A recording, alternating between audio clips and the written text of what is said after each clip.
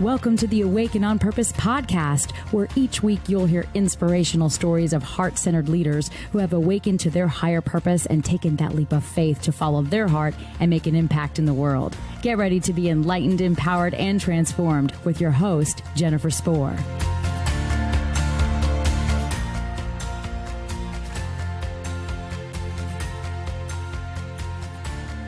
I am excited and honored and just really overjoyed to welcome as a guest to the show today, Pragito Dove. She is a global authority on expressive meditation and founder of the #1 expressive meditation training school in North America. An internationally recognized author, hypnotherapist, coach, and speaker with over 20 years experience, Pragito helps entrepreneurs, leaders, and CEOs align their mindset to allow more peace, time, and financial freedom. She shows you how to change your money blueprint, recondition your mind for automatic abundance, and use spiritual laws to create real-world success. Pragito has shared the stage with such luminaries as John Gray, author of Mars, Venus, Panache Desai, and Miten. Her new book, Lunchtime Enlightenment, Expressive Meditations for Manifesting Peace, Prosperity, and Passion, was published in August 2020. Thank you, Pragito. Welcome. So happy to have you. Thank you, Jennifer. I'm delighted to be here. Pragito, I know this is a big question, but what inspired you to do the work that you're doing today? Well, I don't know if it was that I was inspired to do it.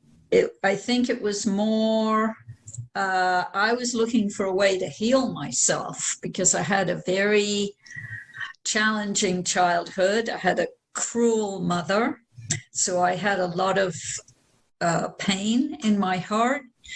I had a lot of fear. I was actually terrified of her. And I had a lot of anger too. And I love my father, but he didn't stand up for himself, let alone stand up for me. So my solution as a child was to just stuff all my feelings down and live in my head. So that got me through high school and college, where I did pretty well. I got a master's in education. But then after that, which was like my early 20s, I realized that I was a mess. And I needed to find a way to heal myself. And I did various types of therapy and so on through my 20s. I also got married and had my son in my early 30s. My son was born. But when I was 6 months pregnant, I found out my husband was having an affair. So that just added to the pain and anger that I was already feeling. And of course, that wasn't really good for my son either. So after my son was born, I think really looking into his blue eyes and seeing the innocence there, and also the joy, that the joy that is our natural state that children have, I realized I had some really, serious work to do on myself, because if I didn't, I was just going to transmit all of my anger, fear, and pain to my son, and then we'd have another person in a straitjacket, because I've kind of felt like I was in a straitjacket.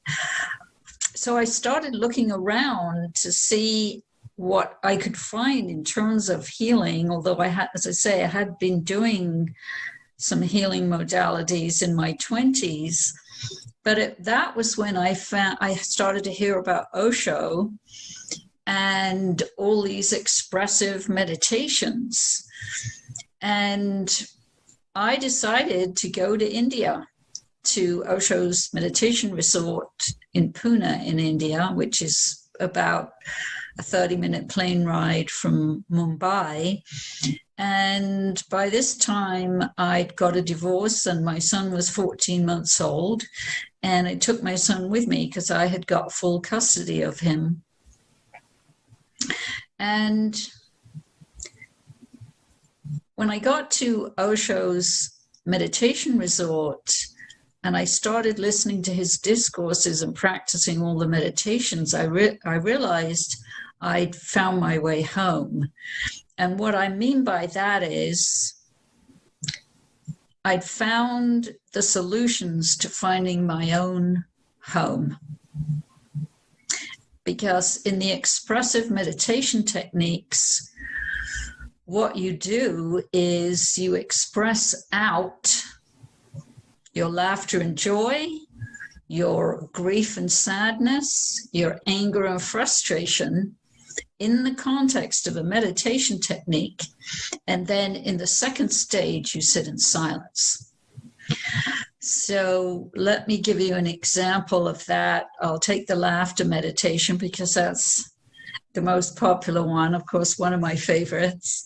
So in the first stage, we just laugh and laugh and laugh. Nobody's telling jokes. There's no words spoken in a language you understand. It's just laughing. And then the second stage, you sit in silence. And what you're actually doing with all that laughing is you're opening up the energetic channels in the body, because laughter is a very strong, very powerful energy of healing. And I literally laugh my way through blocks in my body, like my throat chakra was blocked. Of course, my heart was all shut down. My power chakra was blocked. And I did many visits there. And I also ended up training in all these meditations, but I'd probably done hundreds of hours of laughter by now. And it's like I laughed my way through all the blocks. And then it's opposite meditation, the tears or the crying meditation, is where you have the permission in this meditation context to get in touch with your sadness, your grief. This is the opposite energy of the tears. And that is a very, very powerful way to heal your heart. So I did many hours of that too. And then the second stage of that is always sitting in silence.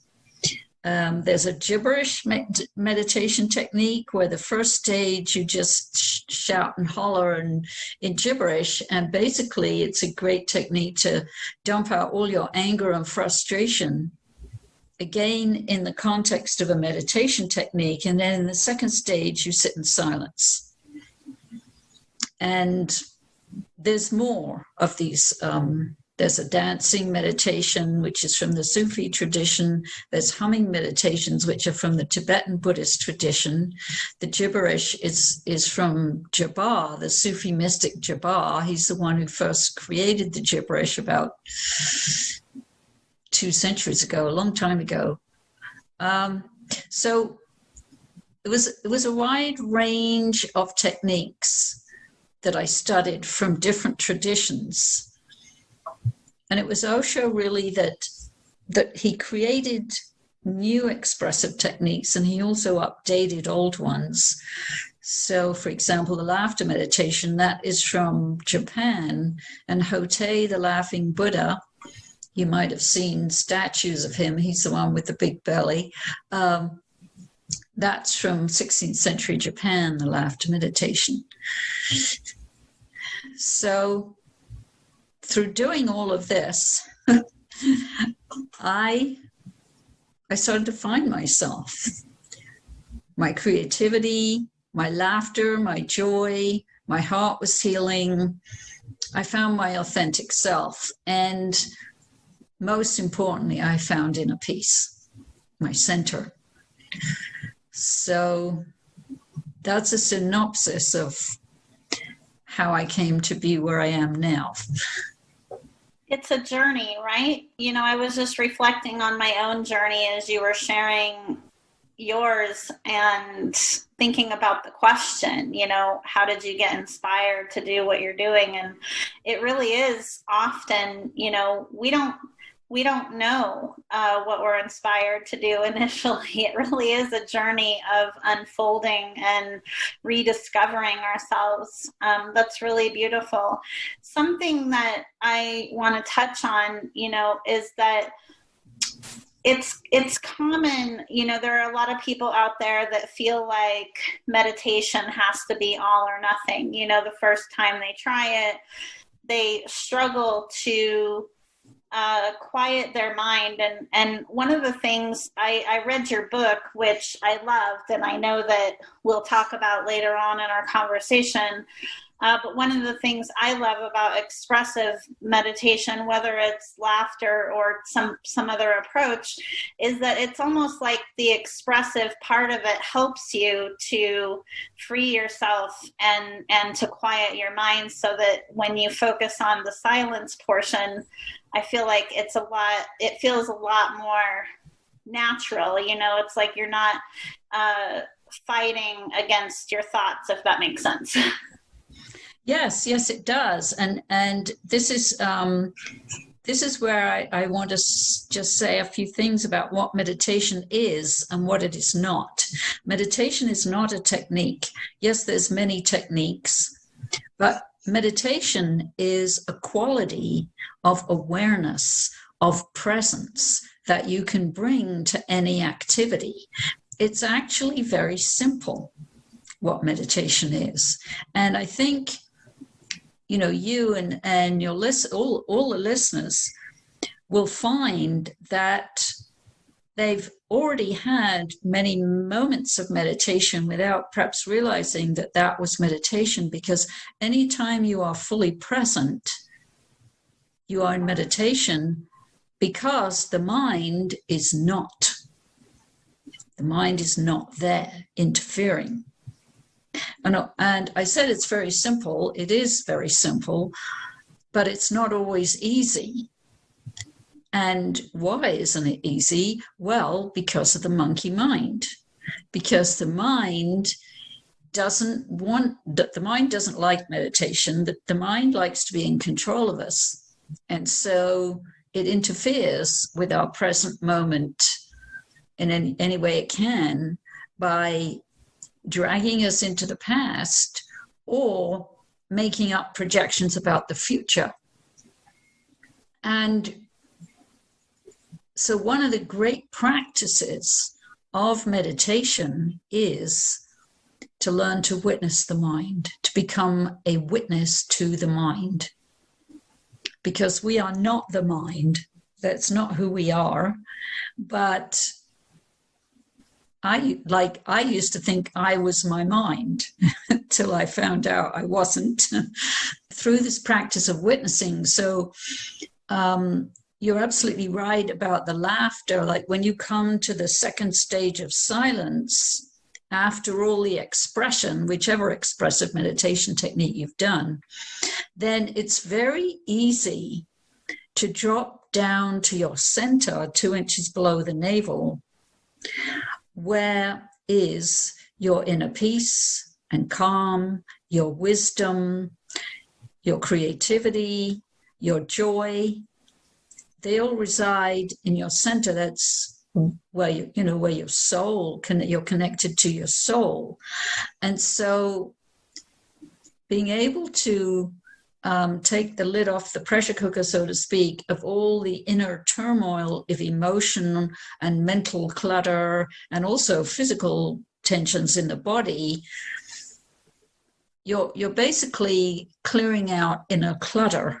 That's what you're doing in the first stage. So that in the second stage, it's much easier to drop down to your natural state, because our natural state is peace and calm and joy and love. And, just have to look at a baby to see that and to know that. And we were all babies once. We were all little children once. We just got filled up with all this clutter. So what I love so much about these expressive techniques is this this ability to throw out a lot of inner clutter and then drop down to our center, which is made pretty easy. And then from there, you can learn to witness the mind. You watch the thoughts passing by. And it doesn't matter if they're good thoughts or bad thoughts, they're all thoughts. And the key is these 5 magic words: let the mind pass by. Those are your 5 magic words for the mind. You just sit and observe or witness or watch and just let the thoughts pass by.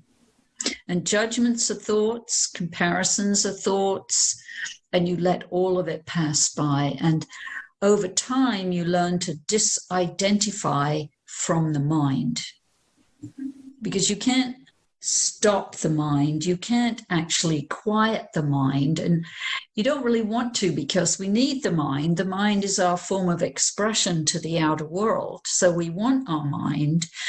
It's just that we don't want to be ruled by our mind or at the effect of our mind.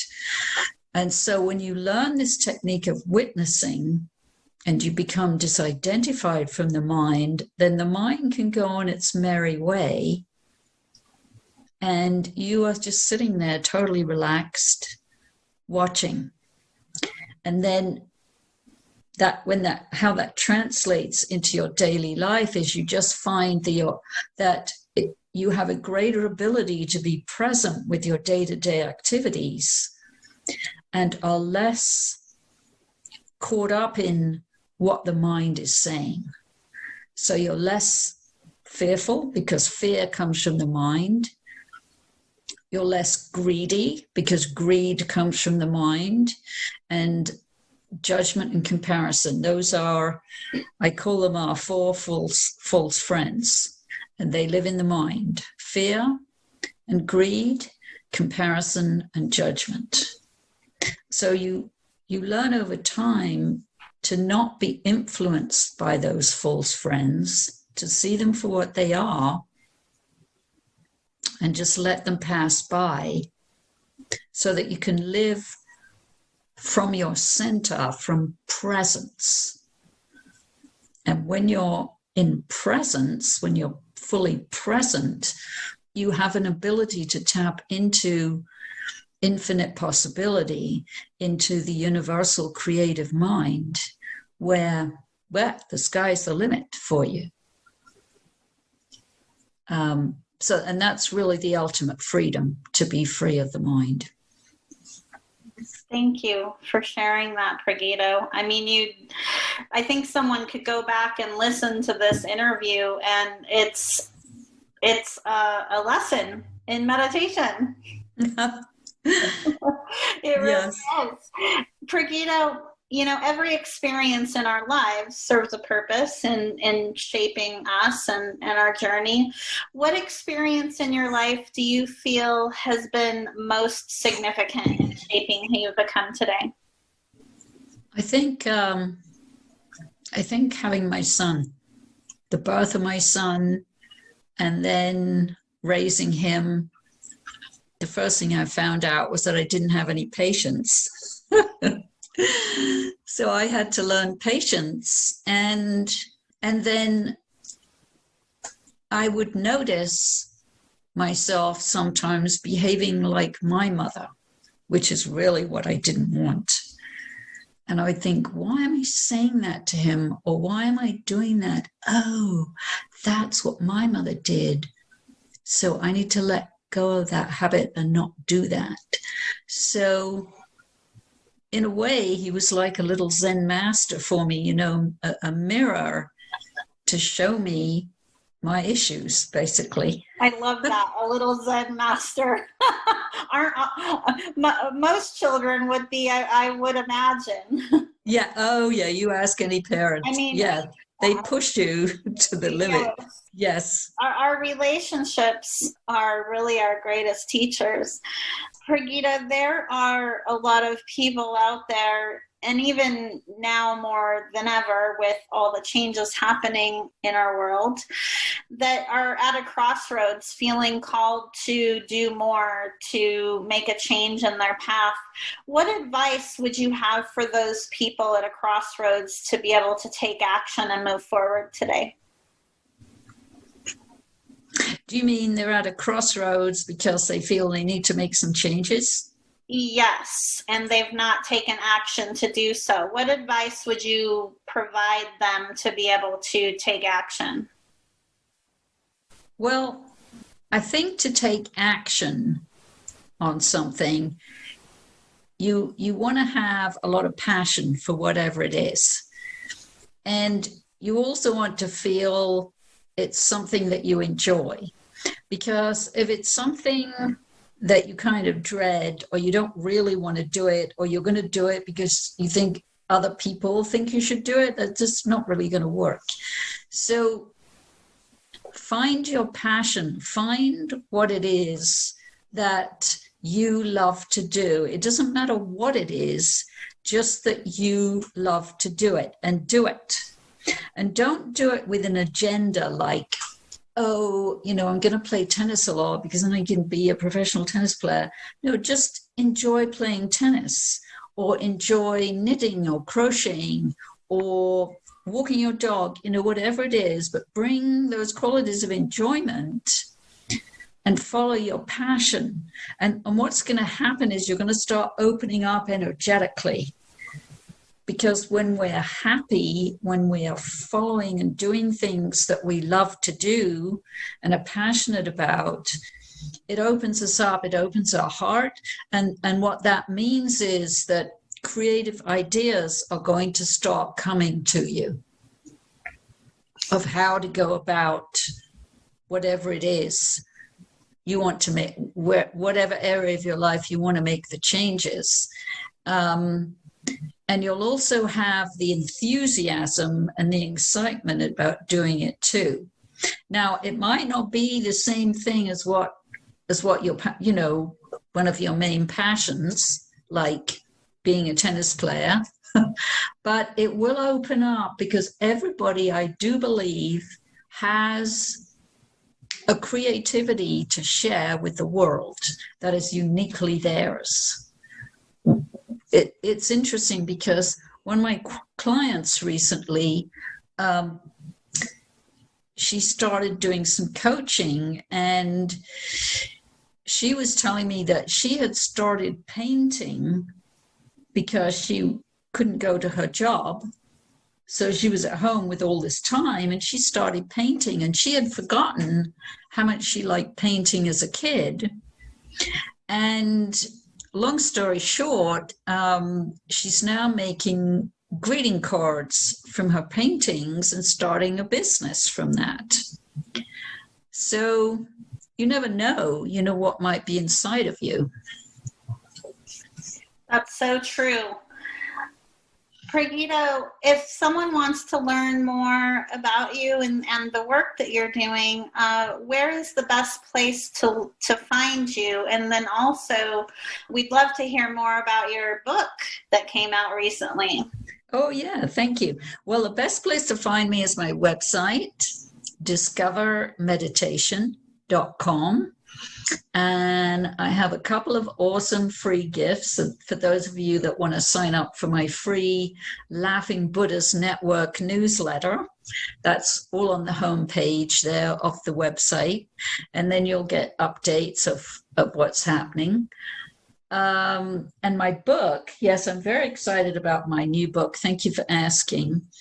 It's called Lunchtime Enlightenment, and you can get that on Amazon. And it went to #1 in 11 categories when it came out in August. So that was very exciting. The subtitle is Expressive Meditations for Manifesting Peace, Prosperity, and Passion. And it really offers an approach to meditation that is not out there, actually, because all these techniques I learned over in India that I've just been describing, they're not well known here in North America at all. So you can find out a lot more about them in the book. Well, I can attest that your book was amazing, and it's definitely worth checking out. And I really, it's for everybody. It really is. So especially if you're someone listening that, you know, struggles with meditation as a practice, I think this would really be the book for you. I feel like there is something for everybody in this book.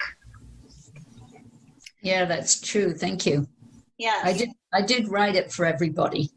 Well, you accomplished your mission. I thought it was fantastic. It really is something for everybody.